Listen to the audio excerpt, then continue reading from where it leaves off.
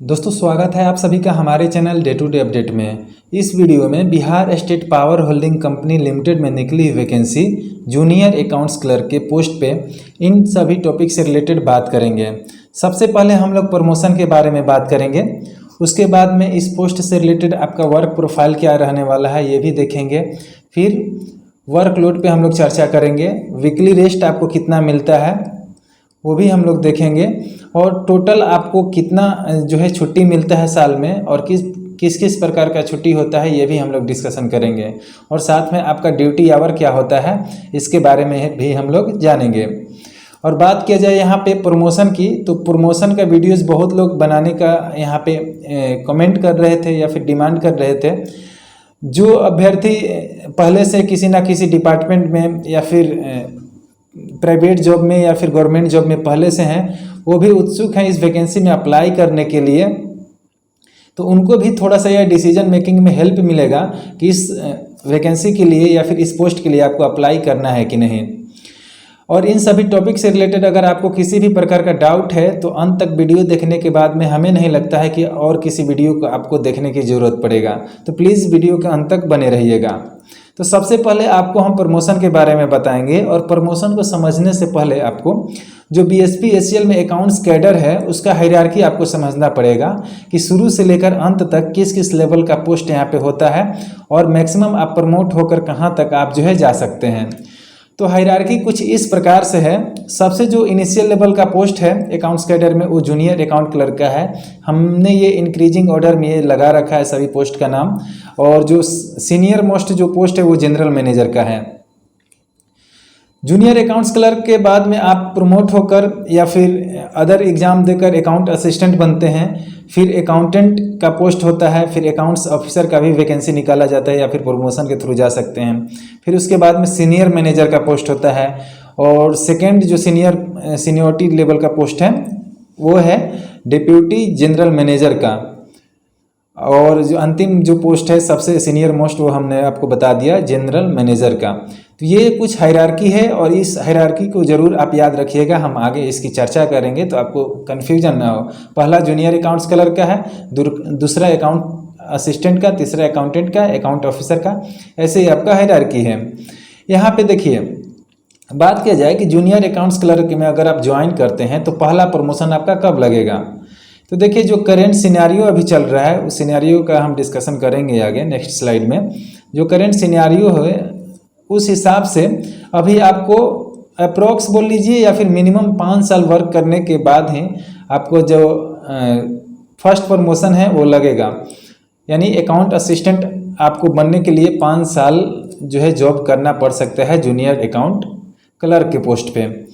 यहाँ पे एक और इसमें कंडीशंस भी है। कंडीशन ये है कि सीट वैकेंट होना चाहिए तभी आप प्रमोट हो पाइएगा, और इन जनरल 5 साल के आसपास कुछ ना कुछ वैकेंट सीट होता है जिस पे आपको प्रमोशन मिल जाता है। इसमें एक थोड़ा सा फैक्ट भी है कि ये फैक्ट ये है कि जूनियर अकाउंट क्लर्क और अकाउंट असिस्टेंट का जो क्वेश्चन लेवल है या फिर जो एग्जामिनेशन होता है उसमें जो क्वेश्चन पूछा जाता है वो ग्रेजुएशन बेसिस का है। ग्रेजुएशन बेसिस का ही होता है दोनों का। और ये ताजुब की बात है कि सेम जो क्वेश्चन यहाँ पे पूछा जाता है, सेम लेवल का एग्जामिनेशन कराया जाता है कंडक्ट, उसी पोस्ट पे आपको प्रमोट होने के लिए 5 साल तक ड्यूटी आपको करना पड़ता है। तो ये थोड़ा सोचने वाली बात है। 5 साल आप सर्विस करने के बाद में जैक के पोस्ट पे आप अकाउंट असिस्टेंट के पोस्ट पे जाइएगा, जबकि दोनों सेम लेवल ऑफ एग्जामिनेशन का पोस्ट होता है। बात किया जाए कि ये जो सिनारियो है कैसे क्रिएट हुआ है, तो देखिए ये 10-12 साल पहले ये कहानी शुरू होता है।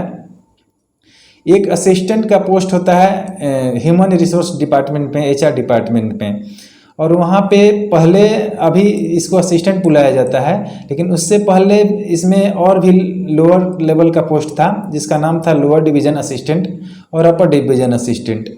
इन दोनों को जो है मर्ज कर दिया गया और मर्ज करके बना दिया गया असिस्टेंट का पोस्ट ओनली। यानी ये जो 2 पोस्ट था, अगर यहाँ से ये लोग प्रमोट होके आते यहाँ पे या फिर यहाँ से प्रमोट होके आते असिस्टेंट के, लेकिन इन दोनों पोस्ट को ख़त्म कर दिया गया या फिर बोल दीजिए कि मर्ज कर दिया गया और बना दिया गया डायरेक्ट असिस्टेंट। यानी इन लोगों को जो 5 साल यहाँ पे प्रमोशन होने में लगता वो बच गया। और बात किया जाए कि अगर same scenario junior account clerk के साथ होता, देखिए ये जूनियर अकाउंट क्लर्क अगर होता, अगर ऐसा हुआ नहीं है लेकिन अगर होता तो ये सिनारियो कुछ अच्छा बनता और ये भी जो है अपने डिपार्टमेंट में यानी अकाउंट्स के कैडर में असिस्टेंट होते।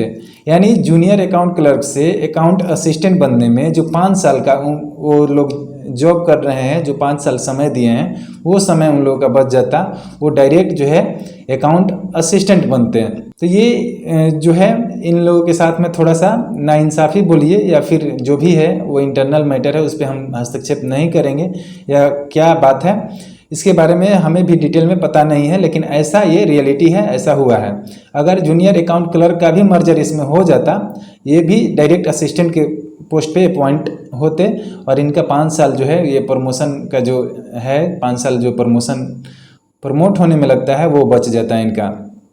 ये लोग बाय डिफ़ॉल्ट जो है अकाउंट असिस्टेंट के पोस्ट पे अपने कैडर में भर्ती होते हैं, यानी असिस्टेंट लेवल का पोस्ट होता। तो ये रहा स्टोरी। लेकिन यहाँ पे आपको चिंता करने की बात नहीं है, ऐसा तो मान लीजिए जो हो रहा है वो है, लेकिन इसके अलावा आपको इंटरनल वैकेंसी निकाला जाता है जिसमें ओनली BSPSL के एम्प्लॉय ही आवेदन कर सकते हैं और इसके लिए इंटरनल एग्जामिनेशन कंडक्ट कराया जाता है। फॉर एग्जांपल बात किया जाता है, अभी हाल ही में रिसेंटली 10 पोस्ट पे अकाउंटेंट जो पोस्ट है उस पर वैकेंसी निकाला गया है, इसके लिए वैकेंसी निकाला गया है। थोड़ा सा इशू इस पोस्ट के लिए लेकर भी है कि जो अकाउंटेंट में वैकेंसी निकाला गया है, इसमें जो अभी जूनियर अकाउंट क्लर्क हैं उनको दिक्कत थोड़ा सा ये है कि उनसे जो सीनियर कैंडिडेट हैं वो अगर क्वालिफाई करते हैं तो ओनली क्वालिफाइंग मार्क्स पे ही उनका जो है प्रमोशन लग जाएगा या फिर ज्वाइनिंग हो जाएगा अकाउंटेंट के पोस्ट के लिए। यहाँ पे उनका जो क्वालिफाइंग मार्क्स है ओनली 40 है बॉयज़ के लिए और गर्ल्स के लिए 32 रखा गया है। यानी ये सोचिए आप कि सभी लोग जूनियर अकाउंट क्लर्क हैं और अकाउंटेंट के लिए जो है 10 वैकेंसी निकाला गया है। तो 10 वैकेंसी पे प्रीफरेंस किसको दिया जाएगा? जो सीनियर एम्प्लॉई है, यानी जो पहले ज्वाइन किया है 2018 में जो ज्वाइन किए हैं उनको जो है कंपटीशन फाइट करना पड़ेगा और नॉर्मली उनको बिहेव किया जाएगा। लेकिन जो सीनियर हैं जैसे कि जो 2014 की वैकेंसी में अप्लाई की हैं उनको प्रीफरेंस दिया जाएगा और ओनली क्वालिफाइंग मार्क्स पे ही ज्वाइनिंग करा दी जाएगी जो सीनियर लेवल का पोस्ट है उस पर। तो ये है कुछ ऐसा सिनेरियो। और यहाँ पे 30 कैंडिडेट के लिए 10 पोस्ट निकाला गया है, ये है। यानी कहने का मतलब है कि अगर जो सीनियर एम्प्लॉय है उससे अगर सीट वैकेंट रहता है तभी पॉसिबिलिटी है जो जूनियर एम्प्लॉय है उसको प्रमोट होने का। बात किया जाए यहाँ पे सेकेंड प्रमोशन की, तो आपको सेकेंड प्रमोशन यानी बात किया जाए अकाउंटेंट कब बनिएगा, तो आप अकाउंट असिस्टेंट के बाद ऑलमोस्ट या बोल लीजिए मिनिमम 4 साल ड्यूटी के बाद में ही पॉसिबिलिटी है आपको यहाँ पे अकाउंटेंट बनने का। और यहाँ पे एनालिसिस करने के बाद में हमें ये पता चला है कि अगर आप जूनियर अकाउंट क्लर्क के पोस्ट पे अभी 25 या 30 के एज में अगर आप ज्वाइन होते हैं तो मैक्सिमम आप नॉर्मल प्रमोशन के थ्रू सीनियर मैनेजर के पोस्ट पे या फिर अकाउंट्स ऑफिसर या फिर senior manager, maximum senior manager के पोस्ट पे मेरे हिसाब से आपका जो है प्रमोट होके आप वहाँ पे जा सकते हैं। तो ये है करेंट सिनेरियो प्रमोशन का। ठीक है, फाइनल कंक्लूजन की बात किया जाए तो देखिए यहाँ पे ये सच्चाई है कि जूनियर अकाउंट क्लर्क में अदर जो कैडर हैं, मतलब अदर जो डिपार्टमेंट जैसे कि HR डिपार्टमेंट हो गया और भी BSPSL में डिपार्टमेंट्स हैं, उनके कंपेरिजन में बात किया जाए तो जैक में थोड़ा सा प्रमोशन का स्कोप थोड़ा सा कम है, ऐसा आप सोच के चलिए। ठीक है, और बात किया जाए यहाँ पे देखिए जो अभी अनएम्प्लॉयमेंट का युग चल रहा है उस हिसाब से यहाँ पे ये वैकेंसी ख़राब नहीं है, हम बहुत ही अच्छा मानेंगे। इसके सैलरी डिटेल के बारे में हमने वीडियो बनाया है तो प्लीज़ चेकआउट कर लीजिएगा, शायद आप उससे मोटिवेट हो पाएँ, क्योंकि अच्छा खासा सैलरी प्रोवाइड कराता है BSPSL after probation period, 1 year के प्रोबेशन पीरियड के बाद। आपको कि क्या यहाँ पे जो कठिनाइयाँ आपको थोड़ा सा होगा प्रमोशन में, तो इस पे हम यही कहना चाहेंगे कि किसी भी ऑर्गेनाइजेशन में किसी भी पोस्ट पे आप होंगे, थोड़ा बहुत जो है आपको चैलेंजेस देखने को ज़रूर मिलेगा। और जूनियर अकाउंट जो क्लर्क पे आप ज्वाइन कीजिएगा तो अंत नहीं होगा, बस एक शुरुआत होगा, बहुत सारे मौके मिलेंगे आपको आगे बढ़ने का।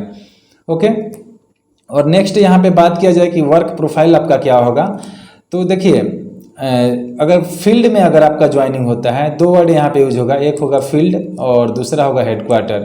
हेडक्वार्टर मीन्स कि जो पटना में ऑफिसेज हैं उनके बारे में बात किया जाए, जो पटना में ऑफिस है उन ओनली पटना के लिए हेडक्वार्टर यूज किया गया है वर्ड। और फील्ड जो है पटना के अलावा जो यहाँ जिस भी जिला में आपका ज्वाइनिंग होगा, जिस भी ऑफिस में, उसके लिए फील्ड यूज हुआ है।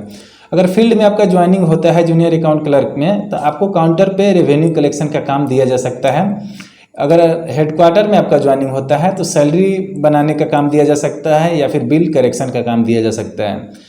और कुल मिलाकर बात किया जाए तो आपको जो अकाउंट से रिलेटेड काम है वो सभी काम करना पड़ सकता है ज़रूरत के अनुसार। ये रहा वर्क प्रोफाइल। बात किया जाए वर्कलोड की, तो उन कैंडिडेट के लिए यानी उन एम्प्लॉय के लिए जो नए नए ज्वाइन किए हैं या फिर सीनियरिटी में थोड़ा लो लेवल के हैं, उनको थोड़ा सा हाई काम करना पड़ सकता है। वर्कलोड उनके लिए थोड़ा सा हाई होता है कंपैरेटिवली जो सीनियर एम्प्लॉय हैं या फिर सीनियर लेवल के पोस्ट पे हैं उनके कंपैरिजन में। और यहाँ पे बात किया जाए कि जो ज़्यादा काम करता है उनसे ज़्यादा काम करवाया जाता है, क्योंकि जो भी सीनियर होता है देखता है कि कौन सा जो एम्प्लॉय है वो उस काम को करने में अच्छे से एलिजिबल है या फिर अच्छे से सक्षम है, उसको काम दिया जाता है। ये हर एक जगह का रूल होता है, तो इसमें कोई दो राय नहीं है। कहीं भी रहिए आपको थोड़ा या ज़्यादा काम करना पड़ता है। सभी लोग बराबर काम तो नहीं करते हैं किसी भी डिपार्टमेंट में, तो काम कम या ज़्यादा करना पड़ सकता है, लेकिन वर्कलोड हो सकता है थोड़ा सा आपको ज़्यादा देखने को मिले अगर आप ज्वाइनिंग के टाइम पे। ओके, नेक्स्ट यहाँ पे बात किया जाए ड्यूटी आवर की, तो अगर आपका हेडक्वार्टर में ज्वाइनिंग होता है पटना में तो आपको 9:30 से लेकर शाम के 6 बजे तक जो है वर्क करना पड़ सकता है। और फील्ड में यहाँ पे बात किया जाए पटना के अलावा तो 11 बजे से 5 बजे तक जो है वर्किंग आवर आपका होता है, ड्यूटी आवर होता है। और यहाँ पे वीकली रेस्ट की बात किया जाए तो हेडक्वार्टर में आपको सैटरडे और संडे को जो है रेस्ट मिलता है।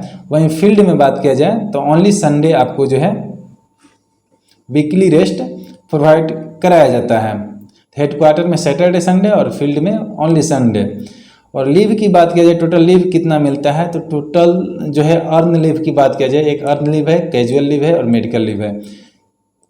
33 अर्न लीव मिलता है आपको, 12 कैजुअल लीव मिलता है और मेडिकल लीव जो है 15 मिलता है। और इन सबको कब कब आप अवेल कर सकते हैं ज़्यादा डिटेल हमें पता नहीं है, लेकिन जहाँ तक हमें पता चला है ये तीनों लीव आपको इसके लिए प्रोवाइड कराया जाता है। और बात किया जाए तो देखिए यहाँ पे 86% जो हमारे सब्सक्राइबर हैं, जो वीडियोस व्यूअर हैं, जो वीडियो देखते हैं वो सब्सक्राइब नहीं किए हैं, तो प्लीज़ आप सब्सक्राइब कर लीजिए।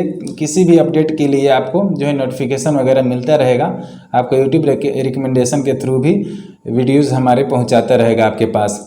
और ओनली देख सकते हैं 13.4% कैंडिडेट जो हैं व्यूअर्स जो हैं वो सब्सक्राइब किए हुए हैं, इतना जो है मतलब सब्सक्राइब नहीं किए हुए हैं, तो प्लीज़ आप सब्सक्राइब कीजिए। और बात किया जाए इसके रिलेटेड हमने सैलरी डिटेल का वीडियो बनाया था, वो भी आप चेकआउट कर सकते हैं, लिंक डिस्क्रिप्शन में मिल जाएगा।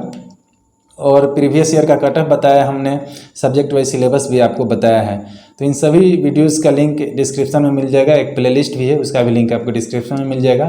तो इस वीडियो में इतना ही। Thank you so much. Video अगर पसंद आया हो तो लाइक कर दीजिएगा, शेयर कीजिएगा और चैनल को सब्सक्राइब कर लीजिएगा। Thanks again.